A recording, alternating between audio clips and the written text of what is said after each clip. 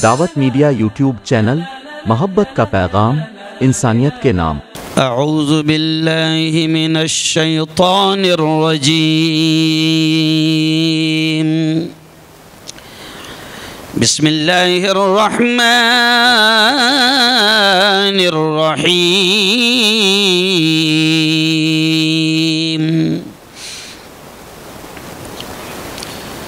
ला यस्तवी अस्हाबुन नारि व अस्हाबुल जन्नह, अस्हाबुल जन्नति हुमुल फाइज़ून।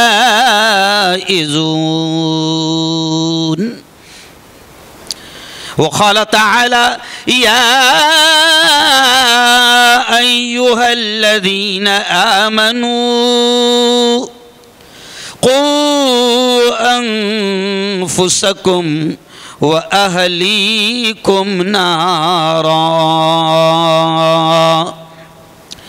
वक़ाल तआला इक़रा बिस्मि रब्बिकल्लज़ी खलक़, खलक़ल इंसान मिन अलक़, इक़रा व रब्बुकल अकरम अल्लज़ी अल्लम बिल क़लम, अल्लमल इंसान मा लम यअलम। वक़ाल तआला फमन यअमल मिस्क़ाल ज़र्रतिन खैरन यरह वमन यअमल मिस्क़ाल ज़र्रतिन शर्रन यरह। वक़ाल रसूलुल्लाहि सल्लल्लाहु अलैहि वसल्लम खैरुकुम मन तअल्लमल क़ुरआन व अल्लमा, औ कमा क़ाल अलैहि सलातु व तस्लीम। वक़ाल सल्लल्लाहु अलैहि वसल्लम कुल्लुकुम राइन व कुल्लुकुम मसऊलुन अन रईयति, औ कमा क़ाल अलैहि सलातु व तस्लीम।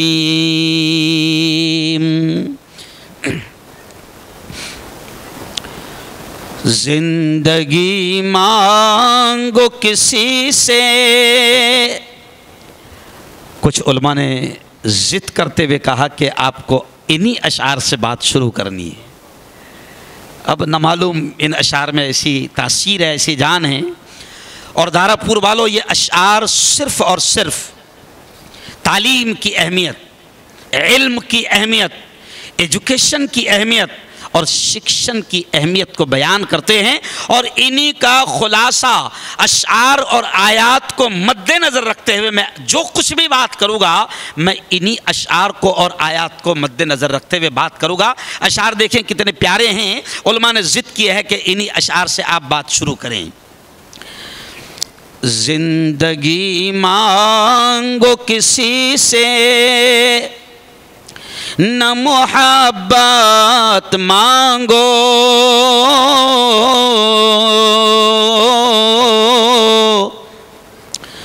तख्त मांगो न कोई ताजो हुकूमत मांगो। झूठी दुनिया है ये, दुनिया की न शोहरत मांगो,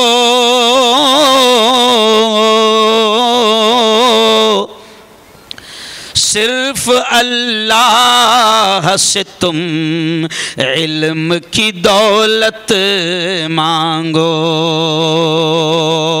पूरा मजमा एक बार जोर से कह दो सुभान अल्लाह।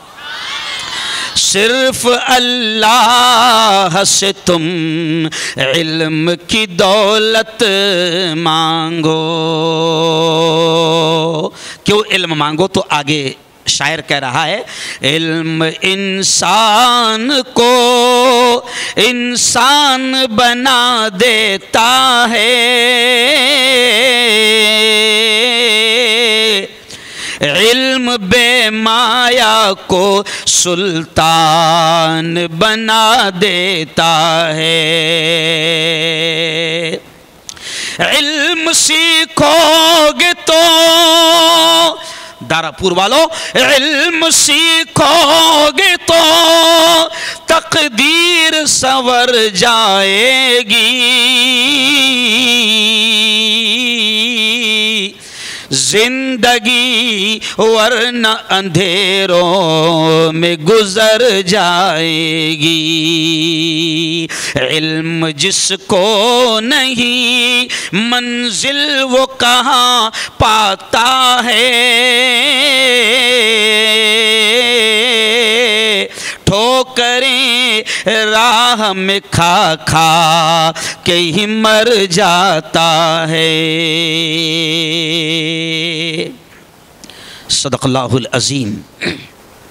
थोड़ा सा बड़ा आवाज़ को। व सदक़ रसूलुहुन नबियुल करीम। आज की इस बहुत ही पवित्र सभा, बड़ी मुक़द्दस, बड़ी पाकीज़ा महफ़िल के सदर मोहतरम, हम सब के बड़े हज़रत मौलाना सफदर ख़ान साहब क़ासमी, शेखुल हदीस, दारुल उलूम, अमानुल इस्लाम अकोला, मुफ्ती अब्दुल वाजिद साहब मज़ाहिरी, मौलाना उमैर साहब क़ासमी, मेरे दोस्त, मेरे अपने ज़िला के रहने वाले मुफ्ती साजिद साहब इशाती, अभी जिन्होंने थोड़ा सा कंजूसी से काम लिया और 2-3 ही अशआर नात और हम्द के सुनाए हैं, कारी अब्दुल सत्तार साहब मंसूरी, मौलाना अब्दुल रऊफ साहब हसामी, हाफिज़ जावेद साहब और अंजुमन फलाह मिल्लत की पूरी टीम, मौलाना फ़ुज़ैल साहब अशरफ़ी, मौलाना सईद साहब अमानी, मौलाना अज़ीज़ साहब हुसैनी, और एक ऐसी शख्सियत कि जिनके ज़िद की बुनियाद पर और इसरार की बुनियाद पर और जिनकी दावत पर मैं यहाँ पर आया हूँ, है ना, हज़रत मौलाना सिद्दीक़ साहब, यही नाम है ना? हज़रत मौलाना, ज़रा अपनी ज़बान से बोलो आप एक बार, हज़रत मौलाना, ज़ोर से बोलो बेटा, हज़रत मौलाना सिद्दीक़ साहब। मुफ्ती साजिद साहब अभी मौलाना सिद्दीक़ साहब थोड़ा सा दुखड़ा सुना रहे थे। क्यों? मौलाना सिद्दीक़ साहब, हो सकता है बहुत सारे उलमा के नाम छूट गए हैं, लेकिन मैं बात यहाँ से शुरू कर रहा हूँ और सिद्दीक़ साहब के दुखड़े को भी मैं बयान करूँगा, लेकिन बात यहाँ से शुरू कर रहा हूँ। देखो, ये चंद नाम मेरी लिस्ट में उलमा के हैं, जबकि डबल की तादाद में उलमा अभी यहाँ पर स्टेज पर बैठे हैं। ओ दारापुर वालों, मैं बात, अल्लाह बुलवाता है, बात यहीं से शुरू कर रहा हूं कि ओ दारापुर वालों, ये जो बैठे हैं ना स्टेज पर, ये कौन लोग हैं आपको मालूम है? इनमें उलमा हैं, इनमें मुफ्तियान हैं, इनमें अभी कारी साहब ने कितने प्यारे अंदाज में कुरान की तिलावत की, इसमें कुरान के अच्छे पढ़ने वाले कुर्रा भी है, इनमें मस्जिदों के इमाम भी है, इनमें वो मकतब के असातिज़ा जो हमारे बच्चों को दीन और कुरान सिखा रहे हैं, वो असातिज़ा भी है। ओ मेरे यारो दारापुर वालों, शायद आप इनकी अहमियत को न जानते हो। अभी यहाँ पर बच्चों को दस्तार बांधी जाएगी। कितने बच्चे हाफिज बने हैं? 5 बच्चे हाफिज बन रहे हैं। मेरी बहनों, अब बात यहां से सुनना कि शायद ये 5 बच्चे अभी हाफिज बनेंगे, हम इनको दस्तार बांधेंगे, इनको सनद देंगे। अभी मैं गुज़िश्ता कल औरंगाबाद के एक बड़े इदारे में था, 10 बच्चे हाफिज आलिम बने, वहां पर उनको हमने दस्तार बांधी, उनको इनाम में बैग दिया, कुछ सामान दिया। अब यहां से बात मैं आपको बता दूं कि अभी ये 5 बच्चे हाफिज बनेंगे, हम इनके मकाम को नहीं जानते। क्यों? ज्यादा से ज्यादा हम इनको इनाम में क्या देंगे? अरे बोलो भाई, है ना, 1-2 हज़ार रुपए का तोहफा।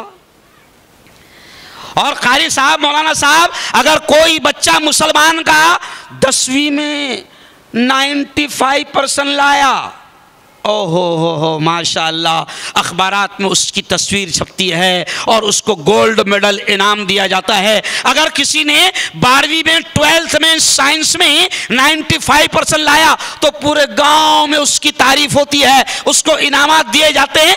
बिल्कुल दिए जाने चाहिए। मैं मुफ्ती हारून नदवी और ये तमाम उलमा कसम अल्लाह की, हम दुनिया की तालीम के, स्कूल की तालीम के, कॉलेज की तालीम के रत्ती बराबर भी विरोधी और मुखालिफ नहीं है, जर्रा बराबर भी मुखालिफ नहीं है। मैं अभी किसी बच्चे को जो डॉक्टरी कर रहा है तो वो आया मेरे पास, तो मैंने उससे कहा कि बेटा सुन, मैं मुफ्ती हारून नदवी, मैं सिर्फ ओ दारापुर वालों तुम्हारे यहां पहली बार आया हूं, सुनो सुनो, मैं सिर्फ कोई मुल्ला नहीं हूं। कभी कभी मुफ्ती साहब ये भी बताना पड़ता इनको क्या लगता है इसी है मुल्ला। मैं मेडिकल कॉलेज का प्रोफेसर हूं, मैं डॉक्टरों को पढ़ाता हूं।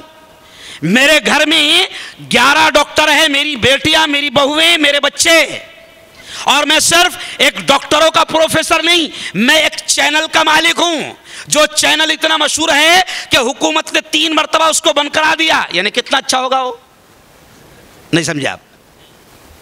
मैं चैनल का मालिक हूं, मैं एक पेपर का मालिक हूं।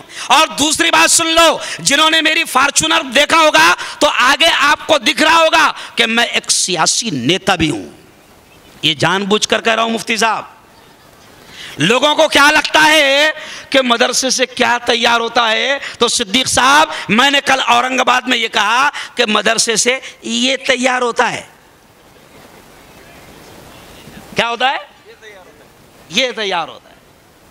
क्यों? अभी 2 दिन के बाद, अभी 26 जनवरी को मैं झंडा लहराने जाऊंगा। कल मेरा प्लेन है, 26 जनवरी को गुजरात की राजधानी अहमदाबाद में मेरे हाथ से झंडा लहराया जाएगा, एक बड़े चौराहे पर, एक बड़े कॉलेज में। और मेरा बयान होगा जिसका उन्वान है कि देश की और संविधान की सुरक्षा और हिफाजत कैसे की जाए, इस पर बयान होगा। अब 26 जनवरी को सुन लो दारापुर वालों, मैं तो हिंदुस्तान की हुकूमत को भी ये पैगाम देता हूं और हिंदुस्तान के मेरे हिंदू भाइयों को भी पैगाम देता हूं कि 26 जनवरी को जो जश्न मनाओगे ना, 15 अगस्त को जो जश्न मनाते हो ना, और फिर जो गीत गाते हो ना, सारे जहां से अच्छा हिंदोसिता हमारा हमारा, सारे जहां से अच्छा। तो हम तो खुलकर ये कहते हैं कि 26 जनवरी को जो जश्न मना रहे हो, ये भी उलमाए किराम और मदारिस के उलमा की कुर्बानियों की देन है। और 15 अगस्त को जो आज़ादी का जश्न मनाते हो ना, 15 अगस्त को जो आज़ादी का जश्न मनाते हो ना, तो खुलकर सुन लो, ये ऐसे मदरसे थे हिंदुस्तान के कि जहां से मुजाहिदीन उठे, स्वतंत्र सेनानी उठे, मुजाहिदीन आज़ादी उठे, और जिन्होंने नारा लगाया इनकलाब जिंदाबाद, जिन्होंने नारा लगाया कि अंग्रेजों हिंदुस्तान छोड़ो। तो दारापुर वालों, मुसलमानों को भी मैं बता रहा हूं और हिंदुओं से भी मैं कहता हूं कि आज़ादी का जो जश्न मनाते हो ना, ये भी उलमाए किराम की कुर्बानी की देन है। तो मालूम है दारापुर वाला आपको, आज हिंदुस्तान में तारीख को तोड़ा मोड़ा जा रहा है। क्यों? जो अंग्रेजों के चप्पल सीधे करने वाले थे, जो अंग्रेजों की संडास साफ करने वाले थे, जो अंग्रेजों के वादा माफ गवाह थे, जो अंग्रेजों के दल्लाल, गुलाम और मुखबिर थे, वो आज मालिक बनने की कोशिश कर रहे हैं। और हम वफादारों से कह रहे हैं कि तुम्हारा क्या है, तो हम उनसे कहते तेरा क्या है। क्यों? हमारा तो यह है कि हिस्ट्री गवाह है, तारीख गवाह है, तारीख को तुम तोड़ दो, मरोड़ दो, खत्म कर दो। लेकिन मैं अक्सर कहता हूं तारीख के खत्म करने वालों से, हिस्ट्री के खत्म करने वालों से मैं ये कहता हूं कि तेरे बदन से न तेरी आस्तीन से आएगी। मैं उनसे कहता हूं जो तारीख को, हमारी कुर्बानियों को बयान नहीं कर रहे, मक्कार, तो मैं उनसे कहता हूं कि तेरे बदन से न तेरी आस्तीन से आएगी। हम ही शहीद हुए हैं, हम ही से आएगी, हम ही शहीद हुए हैं, हम ही से आएगी। और बदल रहे हो जो तारीख, तो बदल डालो। हमारे खून की खुशबू ज़मीन से आएगी। बोलो जोर से सुभान अल्लाह। तो बात अजीब शुरू हो गई, बात अजीब शुरू हो गई कि उलमा के मकाम को आज अफसोस तो ये है मौलाना कि गैर तो जानते नहीं, अरे शिकायत तो अपनों से है। गैर तो गैर है, गैर तो गैर है। हो दारापुर वालों और मेरी बहनों सुनो, हो सकता है इसमें किसी बहन का बेटा हाफिज कुरान आज बन रहा होगा, किसी भाई का बेटा आज हाफिज कुरान बन रहा होगा। ओ दारापुर वालों, इन मदरसों को मामूली मत समझो। उस जमाने में भी अंग्रेज अगर डरते थे तो वो उलमा से डरते थे। नहीं समझा? किससे डरते थे? उस जमाने में भी अंग्रेज किससे डरते थे? उलमा से। और अगला डायलॉग सुन लो, चाय मत देना बेटा, सिर्फ चाय देखकर मुझे गुस्सा आता है क्योंकि चाय की वजह से मुल्क बर्बाद हुए है। नहीं समझा? तकरीर के दौरान चाय बिल्कुल नहीं, है ना? ये चाय देखता तो मेरे दिमाग की नस फड़क जाती। तब सुन लो कि अंग्रेज भी उलमा से डरते थे। और अब अगला डायलॉग सुन लो कि अभी भी वो गोरे अंग्रेज हमारे असलाफ, हमारे पुरखों, हमारे पूर्वजों, हमारे बाप दादा से डरते थे। वो हमारे सैयद हुसैन अहमद मदनी से डरते थे, वो मौलाना मोहम्मद अली जौहर से डरते थे, वो मौलाना अबुल कलाम आज़ाद से डरते थे। वो गोरे अंग्रेज भी उलमा से डरते थे, मौलाना साजिद साहब। और अभी काले अंग्रेज भी उलमा से डर रहे हैं। अरे बोलो ना, है ना? फर्क इतना ही है ना कि पहले गोरे अंग्रेज थे, अभी क्यों? लेकिन सुनो, अब ये जो बहनें बैठी है ना और मेरे भाइयों सुन लो, इन उलमा को आज तक हम समझ नहीं पा रहे मौलाना। सुनो, अब इनके बारे में मैं नहीं कह रहा हूं, ये उलमा के बारे में नबी ने क्या कहा, मेरे अल्फाज नहीं, हमारे और आपके लाडले चहीते नबी मुहम्मदुर रसूलुल्लाह। जोर से बोलो, हमारे नबी ने क्या कहा ज़रा सुनना उलमा के बारे में। हमारे नबी ने क्या कहा ज़रा सुनना उलमा के बारे में। ये जो उलमा बैठे हैं और ये जो 5 बच्चे अभी हाफिज बनेंगे, वो मेरी बहनों सुन लेना कि ये कौन लोग हैं जो कुरान को पढ़ाते हैं, ये कौन लोग हैं जो कुरान पढ़ते हैं, ये कौन लोग हैं जो कुरान सिखाते हैं, ये कौन लोग हैं जो कुरान को याद करते हैं। हमारे नबी ने इनके बारे में क्या कहा, सुनो सुनो सुनो। हमारा तो ईमान है, हमारा तो यकीन है कि पूरी दुनिया का बोला हुआ गलत हो सकता है, चांद पर जाने वालों की बातें गलत हो सकती है, साइंसदानों की बातें गलत हो सकती है, लेकिन हमारा ईमान है, जोर से कह देना कि हमारा ईमान है कि चांद पर जाने वालों की बातें गलत हो सकती है, पूरी दुनिया का बोला हुआ गलत हो सकता है, लेकिन हमारा ईमान है कि हमारे आका मोहम्मद मुस्तफ़ा की ज़बान से निकलने वाले अल्फाज, बोलो जोर से, कभी गलत नहीं हो सकते। और हमारे नबी ने क्या कहा, हमारे नबी ने फरमाया इनके बारे में, और ये हाफिजों के बारे में, इनके बारे में हमारे नबी ने कहा, खैरुकुम मन तअल्लमल कुरान। अल्लाह के नबी ने फरमाया, ओ लोगो सुनो सुनो सुनो सुनो, लाडले नबी ने फरमाया कि ज़मीन पर सबसे बेहतर, धरती पर सबसे ऊंचे मकाम वाला, ज़मीन पर सबसे ऊंची डिग्री वाला, ज़मीन पर सबसे ऊंचे मर्तबे वाला कौन है? नबी ने फरमाया, मन तअल्लमल कुरान, जो कुरान को सीखते हैं, व अल्लमहू, और उसको सिखाते हैं। ये नबी ने फरमाया कि धरती पर ऊंचा मकाम कलेक्टर साहब का नहीं समझे आप? धरती पर ऊंचा मकाम इंस्पेक्टर साहब का नहीं, इंजीनियर साहब का, अरे बोलो ना, नहीं, डॉक्टर साहब का नहीं। मेरे नबी के अल्फाज है कि धरती पर सबसे बेहतर वो हैं, सबसे ऊंचे मकाम वाले वो हैं जो कुरान सीखते हैं और दूसरों को सिखाते हैं। ये जो आपकी नस्ल है ना, ये जो आपकी औलाद है ना, ओ मेरी बहनों, कसम अल्लाह की खाकर ये कह रहा हूं, ये जो मदरसे है ना, छोटे छोटे मदरसे, आज हम इसको छोटा सा मदरसा समझ रहे हैं, ये छोटे छोटे मदरसे मेरे उस्ताद हजरत मौलाना अली मियां नदवी रहमतुल्लाहि अलैहि ने 50 साल पहले हिंदुस्तान के मुसलमानों से कहा था कि मुसलमानों, गली गली में मदरसा और मकतब का जाल बिछा दो। गली गली में। समझ में नहीं आता था मुफ्ती साहब कि गली गली में मदरसा मकतब खुलेगा तो झगड़े कितने होंगे, खींचातानी कितनी होगी।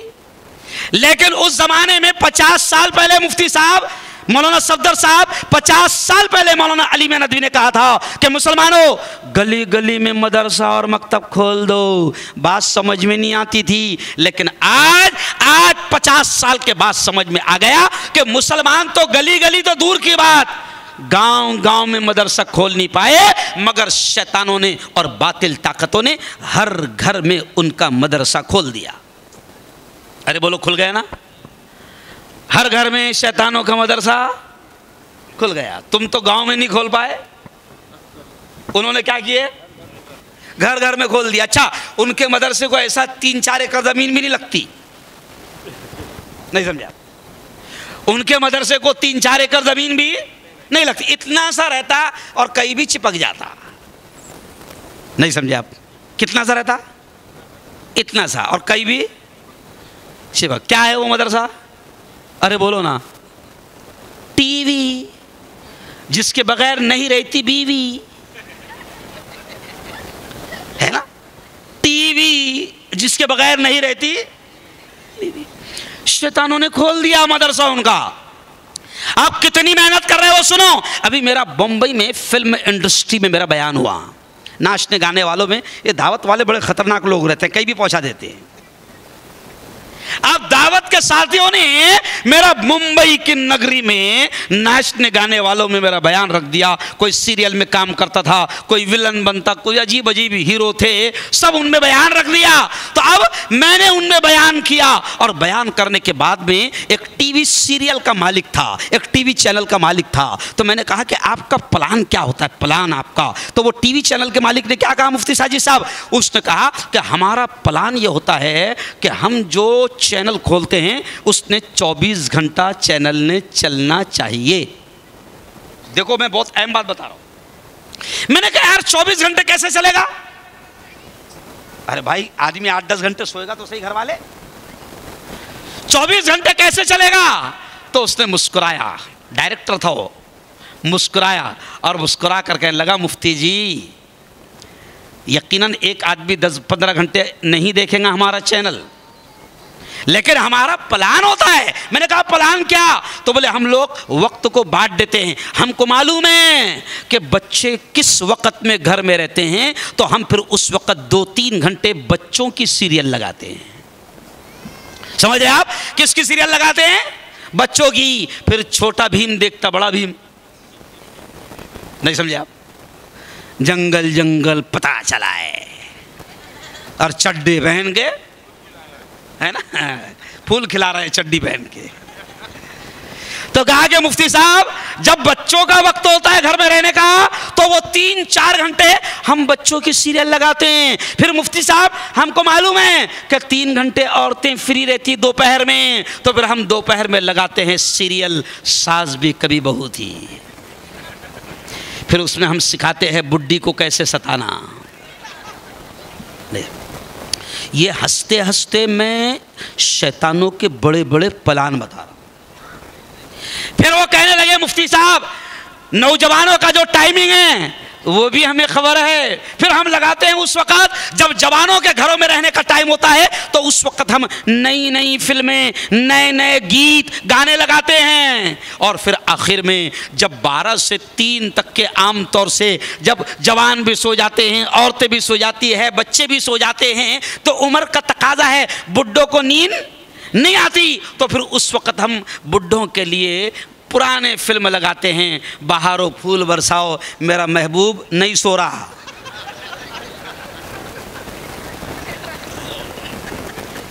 मेरा महबूब, अरे बोलो, नहीं सो रहा। मैंने हंसते हंसते आपको शैतानों के प्लान बताया। और सुनो, ये तो टीवी की बात कर रहा था मैं। मोबाइल बताइए मौलाना, मोबाइल ये सबसे बड़ा दज्जाल और फितना शैतान ने ला दिया। कैसे ला दिया मौलाना? ये जितने जवान बैठे, अरे जवान और बूढ़े तो छोड़ो मौलाना, ये 6 और 7 महीने का बच्चा भी आज हम उसकी हिफाजत नहीं कर पा रहे हैं। 6-7 महीने, आज की खुद की मेरे खानदान की बात है, मेरे खानदान की बात है मौलाना साजिद साहब, बच्चा होगा सिर्फ 2.25 साल का, बच्चा होगा सिर्फ 2.25 साल का। आज डॉक्टर ने कह दिया उसकी एक आंख में, सीधी आंख में नंबर लगा चश्मे का 7 नंबर और उल्टी आंख में नंबर आया उसका 4.5 नंबर। मुझे फोन आया मेरे रिश्तेदार का कि मुफ्ती साहब उसको इतने नंबर का चश्मा लगा। मेरे यारो, ओ मेरी बहनों, तुम भी सुन लो, कसम खुदा की ये औरतों का मामला है। जब किसी ने कहा है कि माँ की गोद बच्चे का पहला मदरसा होती है, लेकिन माएँ आज मेरी बात को सुन रही है। माएँ भी क्या कर रही है कि हमारे इन 6 महीने के बच्चों को, मैंने देखा है कि 6 महीने का बच्चा रोता है तो माँ उसको रोने से रोकने के लिए सबसे पहले उसके हाथ में क्या दे रही है? अरे बोलो, मोबाइल। मैं खुद एक घर में गया, मैंने देखा एक 7 या 8 महीने का बच्चा होगा मुफ्ती साहब, बहुत रो रहा है जोर जोर से, चीख कर। अब वो मेरे रिश्तेदार का घर था। मैंने कहा खाला इसको बहन खामोश बिठाना। तो खाला ने एकदम मुस्कुराते बोली मुफ्ती साहब आधा मिनट में बैठ जाएगा। तो मैं भी हैरान, साला कौन सा तावीज़ है ऐसा, आधा मिनट में खामोश। खाला ने मुस्कुराई, मोबाइल हाथ में लिया और कोई तो भी म्यूजिक लगाई और वो 7 या 8 महीने का बच्चा था मौलाना, उसके हाथ में मोबाइल म्यूजिक लगा कर दे दी। कसम अल्लाह की वो बच्चा खामोश बैठ गया। अब देखो ये हंसी की बात नहीं, ये समझाना चाह रहा हूं मैं कुछ कि शैतानों के प्लान को समझो। इसीलिए मेरे उस्ताद ने 50 साल पहले कहा था कि मुसलमानों गली गली में मदरसा खोल देना, क्योंकि एक दौर ऐसा आएगा कि तुम्हारी नस्लों के ईमान को बचाने का मसला तुम्हारे सामने आ जाएगा। क्यों? आज क्या हो रहा है? ये कहते हुए अच्छा नहीं लग रहा मौलाना, आज क्या हो रहा है कारी साहब कि आज मुसलमानों की सैकड़ों हजारों बेटियां गैरों की जिंदगी का हिस्सा बन रही है, इर्तिदाद का शिकार हो रही है। अभी परसों ही मुझे फोटो भेजा गया कि मुफ्ती साहब जरा अदालत में जाओ, और इस बच्ची ने दरखास्त दी है, वो अपनी मर्जी से इस्लाम और ईमान को छोड़ रही है। ओ मुसलमानों, ये मदरसे मामूली चीज नहीं है। मेरे उस्ताद कहते थे कि ये ईमान के किले हैं, ये इस्लाम के किले हैं, ये दीन के किले हैं। इन मदरसों से तुम्हारी नस्लों और तुम्हारी बच्चों के ईमान की हिफाजत का सामान होगा। आज मुसलमानों अच्छा नहीं लग रहा कहते हुए कि आज मुसलमानों की हजारों बेटियां किसी रमेश, प्रकाश, कैलाश और गणेश की जिंदगी में जा रही है। और मौलाना आंसू तो उस वक्त कोर्ट में हमारे रुकते नहीं है जब वो बच्ची मुसलमान की बेटी वहां पर अदालत में ये दरखास्त देती है कि मैं अपनी मर्जी से इस्लाम और ईमान को छोड़ रही हूं। और अगला जुमला सुन लो और रोंगटे खड़े हो जाएंगे। अगला जुमला क्या लिखाती मुफ्ती साहब? वो अगला जुमला वो ये लिखाती है कि मैंने ये फुला की जिंदगी में मैं इसके आ गई, मैंने इससे विवाह कर लिया, शादी कर लिया। और फिर अगला वो कंप्लेन लिखाती है एसपी साहब के पास और कोर्ट में कि मेरे माँ बाप और मेरे भाइयों से मेरी जान को खतरा है। बताओ क्या दिल दुखता होगा माँ का, क्या दिल दुखता होगा बाप का। तो ये सारा किस्सा क्यों सुना रहा हूं? क्योंकि कसम अल्लाह की ये जो दौर है ना, ये बहुत खतरनाक दौर है। इस दौर में तुम्हारे बच्चों के इस्लाम और ईमान की हिफाजत अगर करना है, दीन की, ईमान की हिफाजत करना है, तो मदरसों को ताकत बख्शो, मदरसों को मजबूत करो। जो मकतब चल रहे हैं मस्जिदों में उनको भी मजबूत करो। मुझे खुशी हुई आज, कहाँ है अब्दुल हन्नान? मुझे खुशी हुई आज, मैं गाड़ी में जब लोहारा से बैठा, लोहारा से यहाँ आते आते तकरीबन 1.5-2 घंटा लगा। मौलाना सिद्दीक साहब, अब्दुल हन्नान को मैंने देखा कि लोहारा से आपके गांव आने तक हाफिज अब्दुल हन्नान साहब बाकायदा मोबाइल के जरिए से बच्चों का सबक सुनते रहे। और बेटियां बाकायदा मोबाइल पर उनको सबक सुना रही थी। ये क्यों कह रहा हूं कि ये जितने मोबाइल वगैरह है, अगर इनका सही इस्तेमाल तुमने नहीं दिया, अगर इनका सही इस्तेमाल तुमने नहीं सिखाया, कसम अल्लाह की तुम्हारी औलाद मोबाइल के जरिए से तबाह हो रही है। अच्छा, शैतान जिनके हाथ में कंपनी है मोबाइल की, वो शैतान क्या कर रहे हैं? सुनो, वो शैतान क्या कर रहे हैं? ये जवान बैठे हैं मेरी निगाह के सामने, वो शैतान क्या कर रहे हैं? जवानों को तबाह करने के लिए 2 GB डाटा फ्री। बोलो, सही बोल रहा हूं? 2 GB डाटा फ्री। जब कंपनी ने नारा लगाई 2 GB डाटा फ्री, तो उस वक्त मैंने नारा लगाया था 2 GB डाटा मत दे, 2 रोटी आटा दे। क्या दे? लेकिन 2 रोटी आटा वो नहीं देंगे, वो देंगे 2 GB डाटा। ये 2 GB डाटा ले और रात के 1-2 बजे तक मर। और हो रहा है ऐसी, मौलाना मुफ्ती साहब, कई बच्चों का हाल ये जवानों का कि वो रात में 12 बजे 2 GB डाटा आता है। कारी साहब, मैंने देखा हूं कि रात में 2:30-3 बजे तक के जवान को उस वक्त तक नींद नहीं आती जब तक कि वो डाटा खत्म ना हो जाए। यह हाल हो गया। ओ यारो, ओ दारापुर वालों, ये मदरसा है, ये मदरसा है। मैं आपसे कह रहा हूं, दारापुर में कितने मदरसे हैं? अरे बोलो, एक ही मदरसा है ना?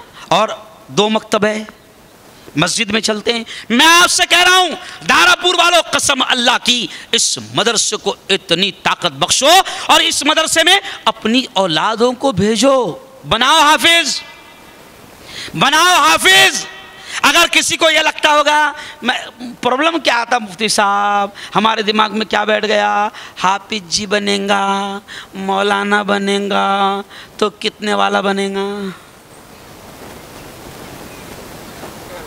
प्रॉब्लम यह है। क्यों?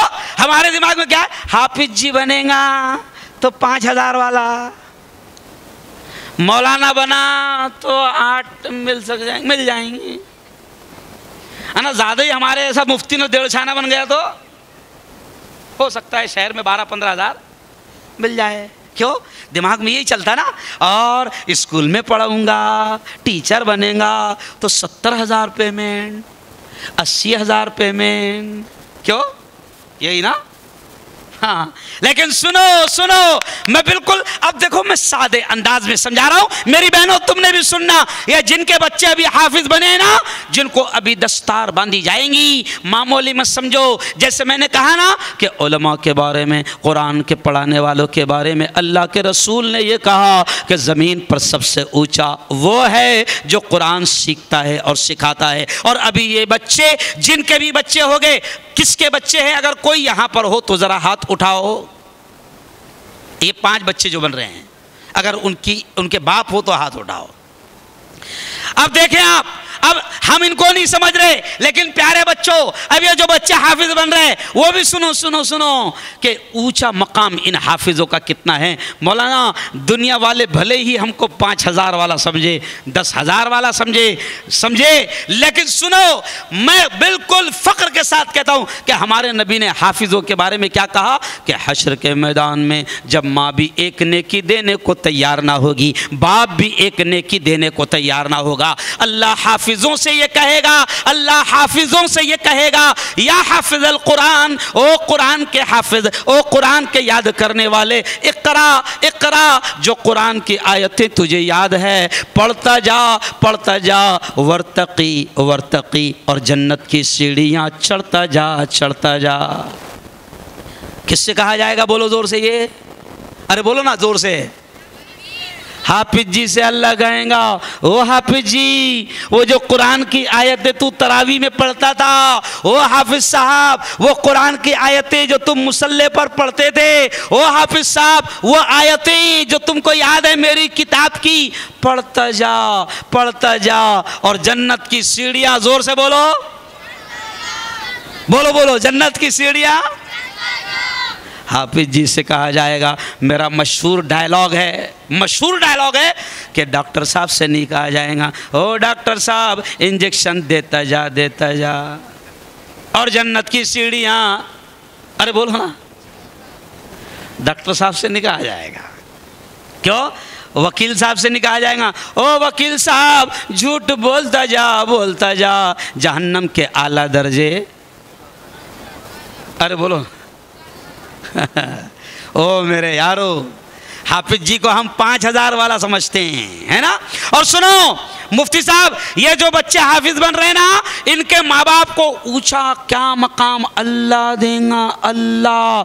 हदीस में लिखा है, हजरत शेख ने फजाइल कुरान में वो हदीस नकल की है, हजरत शेख ने फजाइल कुरान में वो हदीस नकल की है कि अल्लाह, ओ बहनों सुनो, हजरत शेख कहते हैं, नबी पाक फरमाते हैं, प्यारे नबी ने फरमाया कि हाफिज जी की माँ को और हाफिज जी के बाप को अल्लाह नूर के मिंबर ऊपर बैठाएगा।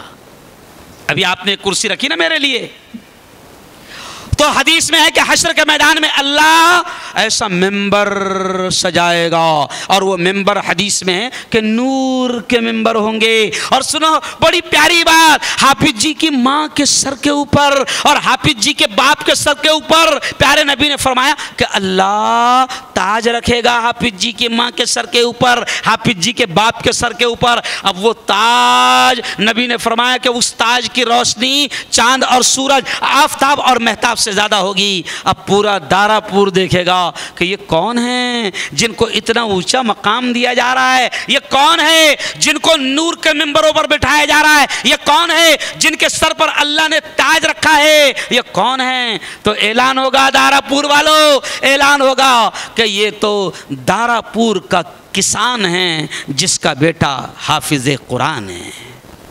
जोर से कह दो सुभान अल्लाह। ये तो दारापुर का किसान है, ये तो दरियापुर का किसान है, ये तो खोलापुर का किसान है जिसका बेटा हाफिज है। तो मामूली समझे क्या आपने? हाफिज जी को मामूली समझे। और ये भी सुन लो, मैं तो हंसते हंसते ये भी कहता हूं मौलाना कि अपने बच्चों को ज्यादा नोटा छापने की मशीन मत बनाओ। नहीं समझे आप? अपने बच्चों को ज़्यादा नोटा छापने की मशीन मत बनाओ। मेरा मशहूर जुमला है कि अपने बच्चों को ज़्यादा नोटा छापने की मशीन मत बनाओ, क्योंकि बावला रातों रात कभी भी नोटा बन कर सकता। नहीं समझे? अरे कुछ समझे क्या? देखो अभी कितने बज रहे हैं? 10 को 5 का मैं, बावले का भरोसा नहीं है। रात को 12 बजे भी फरमान आ सकता, भाइयों बहनों कल से 500। क्या करेंगे रे तुम? कुछ भी हो सकता। नहीं समझे आप? कुछ भी। तो मौलाना सिद्दीक साहब, मैं ये कहता कि ज्यादा मुसलमानों को कहता ज्यादा नोटा छापने की मशीन, अरे बोलो मत बनाओ। ओ मेरी बहनों, अगर तुमने अपने बच्चे को हाफिज बनाया तो यही हाफिज जी हश्र के मैदान में काम आएगा। यही मौलाना माँ बाप, सुनो मौलाना, माँ बाप को हाफिज जी काम आएंगे हश्र के मैदान में। डॉक्टर साहब दिखेंगे नहीं दूर दूर तक। नहीं समझे आप? मेरे एक भाई है, अभी फिलहाल वो इस वक्त अमेरिका में है, मेरा एक भाई अभी, तो उसके 4 बच्चे डॉक्टर है। मैंने कहा ना मेरे घर में 11 डॉक्टर है। मेरे भाई के एक भाई के 4 बच्चे डॉक्टर हैं, और जो डिग्रियां उन्होंने ली तो कम से कम उस डिग्री को हासिल करते करते 2 करोड़ रुपए लग गए एक एक को। तो मैं मेरे भाई को कभी कभी हंसते कहता हूँ, मेरे भाई को, मैं खुद के भाई को कहता हूँ कि भैया हश्र के मैदान में तू तेरे 4 डॉक्टर को ढूंढेगा, काहे मेरे डॉक्टर। नहीं समझे आप? डॉक्टर साहब दूर दूर तक, अरे बोलो, नहीं मिलेंगे। वहां कौन काम आएगा? हाफिज जी। अच्छा मैं तो मौलाना मुसलमानों को एक मशवरा देता, बहुत प्यारा मशवरा। मैं मुसलमानों को यह मशवरा देता कि भैया ठीक है ना, हम दुनिया की तालीम से मना नहीं करते। अच्छा एक बात बताओ, सच्ची बताना, मुसलमानों के यहाँ औलाद की कमी है क्या? अरे बोलो ना यार, हर घर में 4-5 खेल रहे कि नहीं खेल रहे? अरे बोलो ना भाई, खेल रहे ना। तो हम बोलते 4 है ना, तो एक को डॉक्टर बना, एक को वकील बना। नहीं समझे आप? एक को जो भी बनाना है, पुलिस वाला जो भी बनाना है, टीचर वीचर बना। ये 3 ते को यहाँ संभालेंगे, एक को हमारे पास छोड़ दे जो वहाँ संभाल लेगा। नहीं समझे आप? एक को कहा छोड़ दे, खलीफतुल मुस्लिमीन में लाकर छोड़ दे। सिद्दीक साहब भी वहां याद आएंगे ना, ये पोरिया भी वहां पर। अरे बोलो। अच्छा मौलाना, लोग क्या सोचते हैं, जैसा मैंने कहा ना कि एक डॉक्टर बना, एक इंजीनियर बना, एक को वकील बना, ये तीनों यहां काम आएंगे। कसम खुदा की चैलेंज खा के कह रहा हूं कि ये तीनों यहां भी नहीं काम आ रहे। माँ बाप के, माँ बाप के, ये जिन पर तुम लाखों करोड़ों रुपए खर्च कर रहे हो दुनिया की तालीम में, ये औलाद माँ बाप के दुनिया में भी काम नहीं आ रही। मेरा खुद का सगा मामू का लड़का है, मैं दूसरों की नहीं सुनाता, खुद की सुनाता। मेरा खुद का सगे मामू का लड़का है, 7 लड़के, 7 लड़कों को करोड़ों रुपए प्रॉपर्टी का मालिक बना दिया। और मुफ्ती साजिद साहब, मौलाना सिद्दीक साहब, मौलाना सफदर साहब, आज से 2 महीना पहले वो मेरा मामू का लड़का और उसकी बीवी यानी मेरी भाभी, दोनों मेरे पास में रोते हुए आए और कहने लगे, मुफ्ती साहब मेरे नालायक बच्चे ये 550 की दवा लाकर देने को तैयार नहीं। ओ यारो, ये मैं कोई किस्से कहानियां नहीं सुना रहा हूं, जो अपनी आंखों से देख रहा हूं वो सुना रहा हूं कि अपनी औलाद को दीन दो, अपनी औलाद को दीन का इल्म दो। और मौलाना सिद्दीक साहब, मैं बिल्कुल दारापुर वालों आपसे कहूंगा, दारापुर वालों आपसे कहूंगा, देखो इस इदारे का नाम कितना प्यारा है, भले ही लंबा है लेकिन प्यारा है। नाम कितना प्यारा है इसका, दारुल उलूम खलीफतुल मुस्लिमीन सैयदना हजरत अबू बकर सिद्दीक रदी अल्लाह ताला अन्हु। कितना प्यारा नाम है। और संभालने वाले का नाम भी सिद्दीक है। अब सुनो सुनो, अब आगे क्या समझा रहा हूं। तो मैंने सिद्दीक साहब को क्या कहा कि तुम्हारा दुखड़ा सुना रहे थे, तो मैंने सिद्दीक साहब से कहा कि मौलाना याद करो, हजरत अबू बकर सिद्दीक आपके मदरसे का नाम है, याद करो जब अबू बकर सिद्दीक अकेले गार में नबी के साथ थे और कुफ्फार पीछा कर रहे थे, उनके घोड़ों की टापों की आवाजें, उनके घोड़ों के दौड़ने की आवाजें गार के करीब आ रही थी। हजरत अबू बकर और प्यारे नबी अकेले, दोनों गार में अकेले हैं।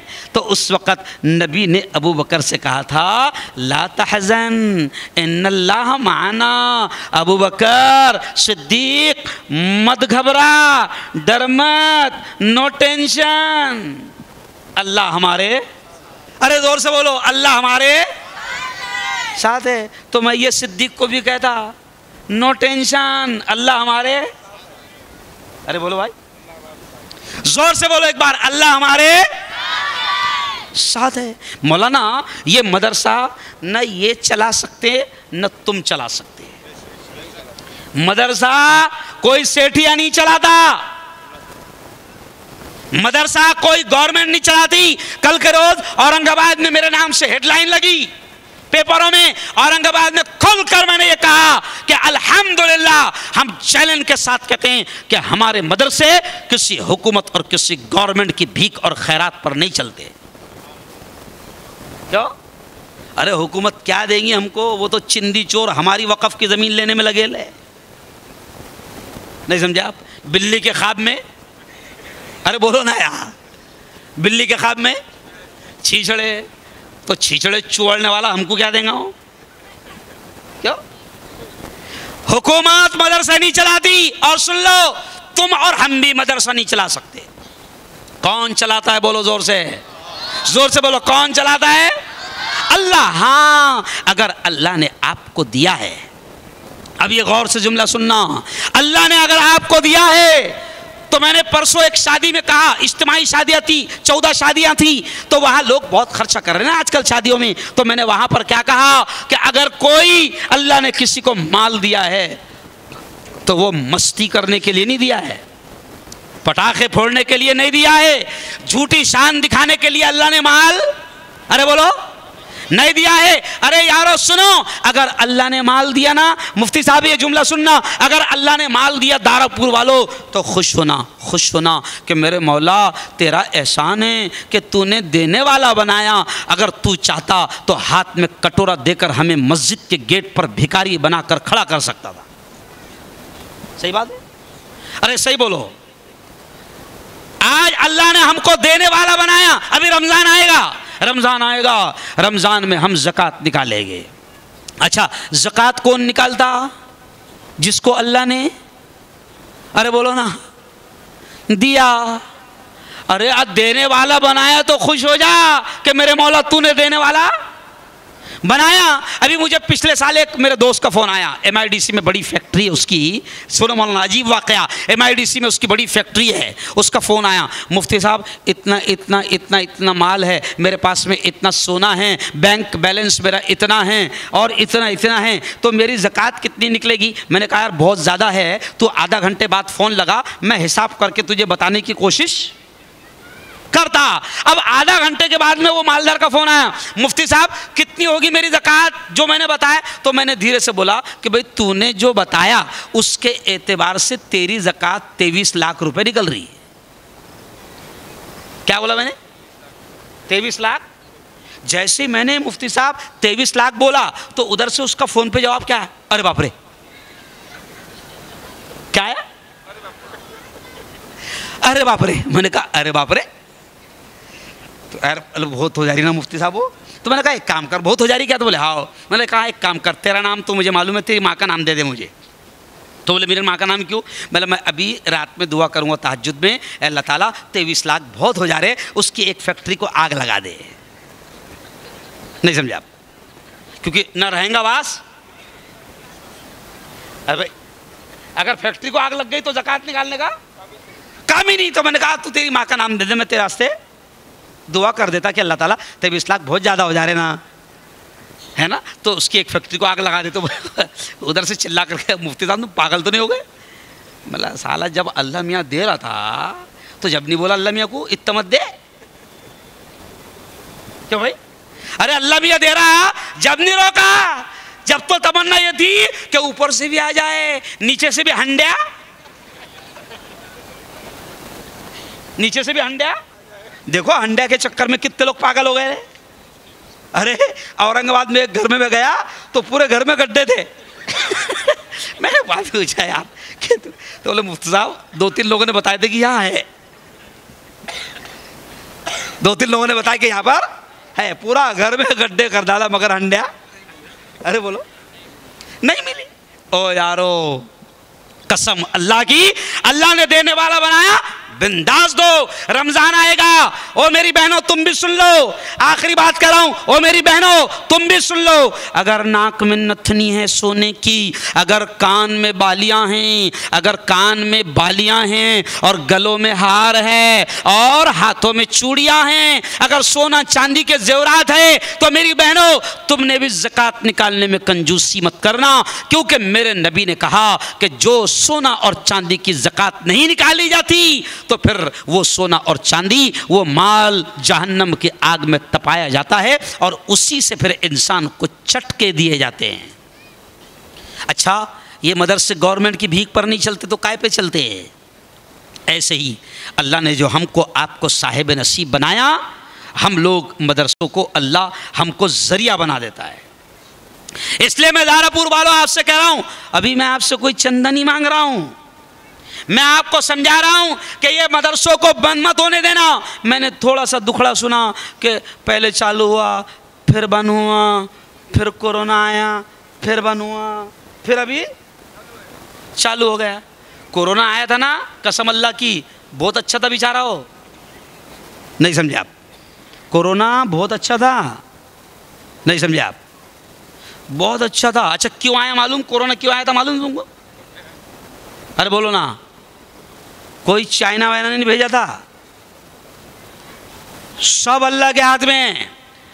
जब कोरोना आया तो उस वक्त मीडिया वाले ने मुझे पकड़ा, कहा कि कोरोना के बारे में आप क्या कहते हैं कि चाइना ने भेजा है, चाइना की साजिश है। मैंने कहा नहीं नहीं नहीं नहीं, नहीं अल्लाह ने भेजा है। और फिर मैंने अगला जुमला कह दिया कि कोरोना का हिंदुस्तान में आने का मूड नहीं था, तो मीडिया वाले और परेशान हो गए।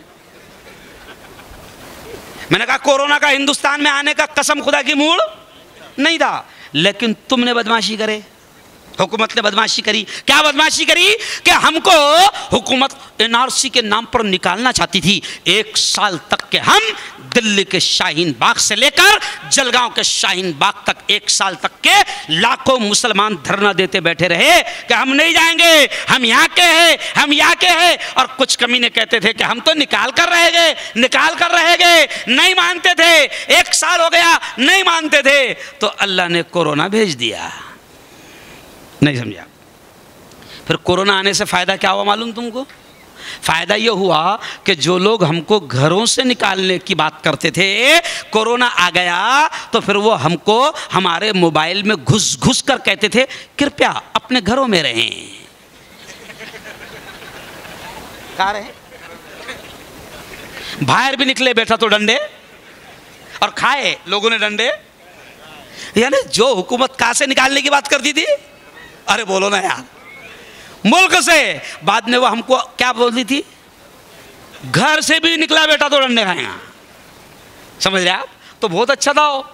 अच्छा, वो भी एक अल्लाह की फौज थी, है ना, दिखती नहीं थी, बस हुकूमत इतना ही कहती थी हाथ धोते रहो नहीं तो जिंदगी से हाथ। अरे बोलो, है ना? अरे अल्लाह किसी से भी काम ले सकता है। मैंने तो हुकूमत को भी पैगाम दिया। ये जब अमेरिका का मसला आया ना, आग लगी, आज ही मैं खबर बोलकर आया, 19 दिन हो गए अभी तक के अमेरिका जो दुनिया का सबसे सुपर पावर मुल्क माना जाता है, 19 दिन हो गए अभी तक आग पर काबू नहीं पा सका। क्यों? तो मैंने कहा कि वो कोरोना भी अल्लाह की फौज थी। और सुन, मैंने कहा कि अमेरिका जो दुनिया उसको सबसे सुपर पावर समझती है, लागर हो गया, मजबूर हो गया, बेबस हो गया, कुछ नहीं कर पा रहा। 19 दिन हो गए और आग बढ़ती जा रही है। क्यों? आग लगने से 1 दिन पहले उसने क्या कहा था मालूम? अमेरिका का जो नया नया सदर बना ट्रंप, समझ गया? तो उसने आग लगने के 1 दिन पहले क्या बोला था? मुसलमानों मुल्कों को धमकी दिया था कि सुधर जाओ, 19 तारीख को मैं 20 तारीख को मैं शपथ लूंगा, कुर्सी पर बैठूंगा, उससे पहले सुधर जाओ नहीं तो तुम्हारे मुल्कों को जहन्नम बना दूंगा। ये धमकी थे, अल्फाज थे ट्रंप के। अल्लाह ने उसी रात में बताया कि ट्रंप देख जहन्नम किसे कहते हैं। क्या? ट्रंप और पूरा माहौल गरम। क्यों? समझिए आप? दिखा दिया अल्लाह ने, कोई मुकाबला कर नहीं पा रहा आग का। तो आज भी मैं कहता हूं दारापुर वालों, मुसलमानों, तुमसे भी कहता हूं और मुल्क के तमाम बदमाशों से भी कहता हूं कि अल्लाह से पंगा नहीं लेना। मेरा मशहूर डायलॉग है, जिसने लिया अल्लाह से पंगा वो हुआ नंगा। नहीं समझे आप? अरे बोलो, अरे भाई आजकल इन्होंने मेरे ख्वाजा से भी पंगा ले लिए। नहीं समझे आप? किससे पंगा ले लिए? मेरे ख्वाजा से पंगा ले लिए और वहां पर खोदने खादने की बात करने लगे। तो उस वक्त मैंने कहा मेरे चैनल के जरिए से, गलत जगह हाथ डाल दिए रे। क्या डाल दिए? अरे मैंने कहा मेरे ख्वाजा से उस वक्त के बादशाह ने पंगा लिया था। मेरे ख्वाजा के ऊंट बैठ गए अजमेर आकर, ऊंट बैठ गए। अब हुकूमत चाहती थी कि निकाले, तो ख्वाजा ने कहा कि ठीक है भैया, ऊंट बैठ गए हैं, उठा दो, हम चले जाएं। हम मेरे ख्वाजा के ऊंट नहीं उठ पाए, हुकूमत थक गई। तो उस वक़्त जब एनआरसी का मामला चल रहा था, उस वक़्त मैंने डायलॉग बोला था जो अखबारात में छपे थे। मैंने कहा था कि मेरे ख्वाजा के बिठाए हुए ऊँटों को उस वक़्त की हुकूमत उठा नहीं सकी, मेरे ख्वाजा के बिठाए हुए ऊँटों को उस वक़्त की हुकूमत उठा नहीं सकी, तो हम तो ख्वाजा के बसाए हुए हैं। नहीं समझा? है ना? तो उस वक़्त भी ख्वाजा का एक दुश्मन बना, हुकूमत थक गई। तो फिर आखिर में हुकूमत क्या करती? छू करूँ के छा करूँ। फिर आखिर में हुकूमत ने किसको इस्तेमाल करी? जयपाल को, है ना, जादूगर को, कि भाई ख्वाजा को परेशान कर उठा। इसलिए मैं वो अक्सर शेर कहता हूँ, दुश्मन बना था आपका जयपाल जादूगर। अब हाफिज सिद्दीक साहब ने, मौलाना ने बोले थे कव्वाली सुनानी पड़ेगी, तो एक ही शेर सुना देता। मैं अच्छा कव्वाल भी है वाला, लेकिन बगैर तबले का, क्योंकि जिसने बजाया बाजा अल्लाह उसको बहुत बजाएगा। परसों में एक निकाह पढ़ा रहा था मौलाना, तो दूल्हा थोड़ा देर से आया, 10-15 मिनट उसको लेट हो गए। जैसी बारात आई तो वो कुछ तो भी गाते आ रहे थे, कव्वाली थी या गाने थे क्या मालूम, लेकिन एक लफ्ज़ मेरे कान में रह गया। वो गाते आ रहे थे, शायद कव्वाली के लफ्ज़ है या गाने के, वो नहीं मालूम मुझे, ये आप लोग ज़्यादा जानते होंगे इसके बारे में। तो हाँ, तो नहीं, वो जो गाते आ रहे थे वो अल्फाज, तो वो अल्फाज जब दूल्हा आया, मेरा बयान शुरू था, दूल्हा आया तो वो अल्फाज जो गाते गाते आ रहे थे, तो वो अल्फाज थे एक बार आजा आजा, ऐसा कुछ तो भी वो अल्फाज थे जो गाते आ रहे थे। तो दूल्हा आया, दूल्हा करीब बैठा मेरे, मैंने दूल्हे के सर पर हाथ रखा खुतबे से पहले, और मैंने दूल्हे से कहा कि बेटा फरिश्ते तेरा इंतज़ार कर रहे हैं, और वो ये बोल रहे कि तू सिर्फ एक बार आ जा।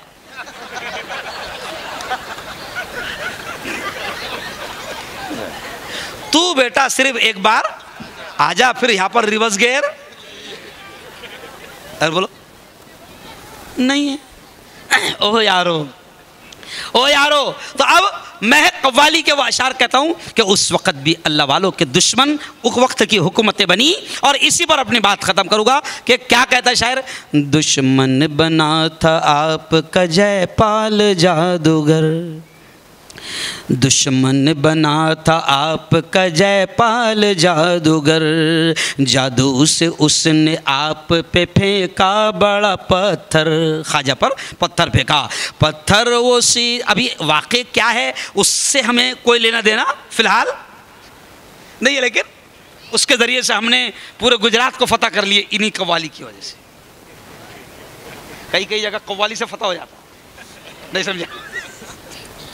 दुश्मन बना था आपका जयपाल जादूगर, जादू से उसने आप पे फेंका बड़ा पत्थर, पत्थर वो सीधा आने लगा उनके जिस्म पर, पत्थर वो सीधा आने लगा उनके जिस्म पर, पत्थर पे जब पड़ी मेरे सरकार की नज़र, तो फरमाया ख्वाजा ने पत्थर को देखकर क्या कहा, रुक जाना तू वहीं पे जो जादू बला का है, रुक जाना तू वहीं पे जो जादू बला का है, गिर जाना मुझ पे भेजा हुआ गर खुदा का है। ख्वाजा मुईनुद्दीन ने पत्थर से जब कहा, ख्वाजा मुईनुद्दीन ने पत्थर से जब कहा, कलमे की एक उंगली से पत्थर वो रुक गया, ये तो अल्लाह का करम है। अरे बोलो करम किसका, जोर से बोलो।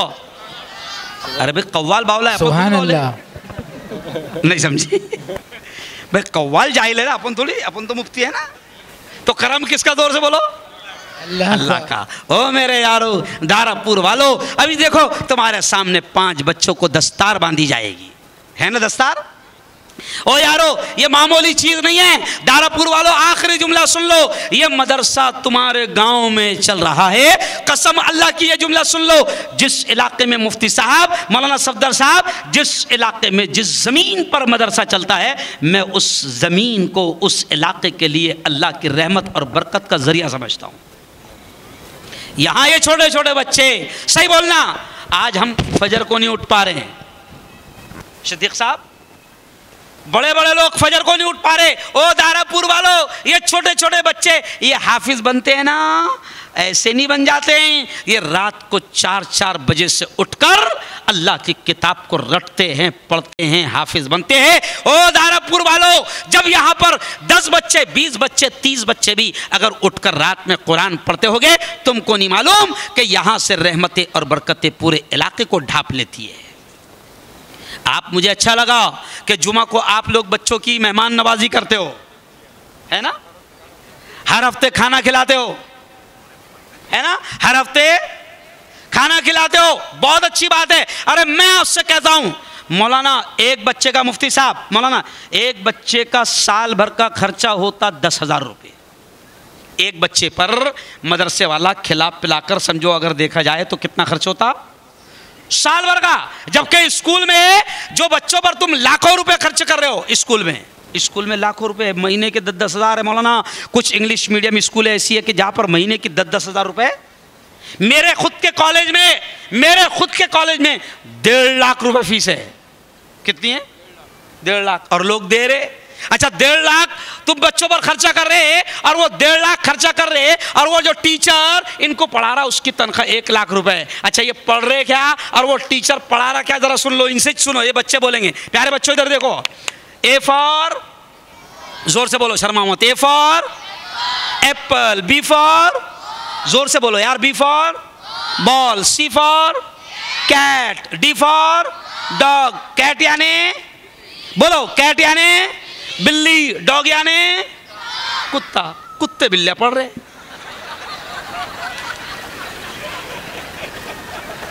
लाखों रुपए खर्चा हो रहा और क्या पढ़ रहे? अरे बोलो ना यार, मुफ्ती साहब लाखों रुपए माँ बाप खर्चा कर रहे और पढ़ रहे क्या?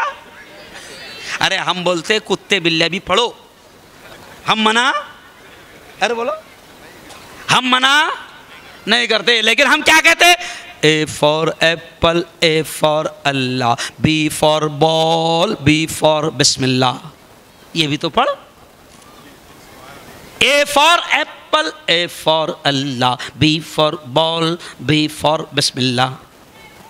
ये भी तो पढ़ो। हम कहते हैं कि अपनी औलाद को दुनिया भी खूब दो और दीन भी खूब दो। और मेरी बहनों, अब ये जो बच्चे आपके हाफिज बनेंगे, आलिम बनेंगे, कसम अल्लाह की ये आखिरत का सामान बनेंगे। दोनों हाथ मुझे उठाकर बताना कि कौन कौन इस मदरसे की मदद करेगा। दोनों हाथ उठाकर बताओ, रमजान में सही मगर मदद करेंगे। माशा अल्लाह, माशा अल्लाह।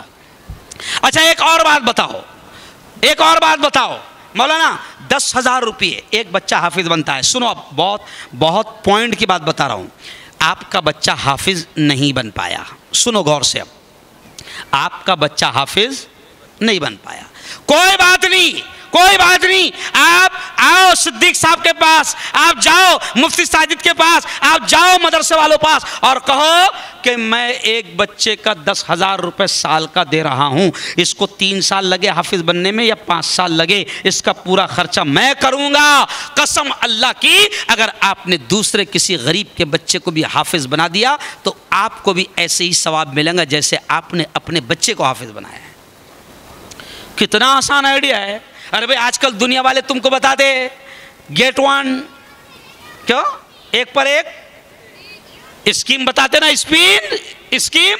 मैं तुमको स्कीम बता रहा कि अगर तुम्हारी औलाद को तुमने आलिम हाफिज नहीं बना पाए या वो नहीं बन पाई तो कम से कम किसी मदरसे में जाकर, अल्लाह ने तुमको 2-3 बच्चों को लेने की ताकत दी है, उनको गोद ले लो और उनका खर्चा उठाओ। मदरसे को एक बच्चे का साल का 10,000 रुपये दे दो, कसम अल्लाह की वो बच्चा हाफिज बने या आलिम बने उसका सवाब आपको मिलेगा।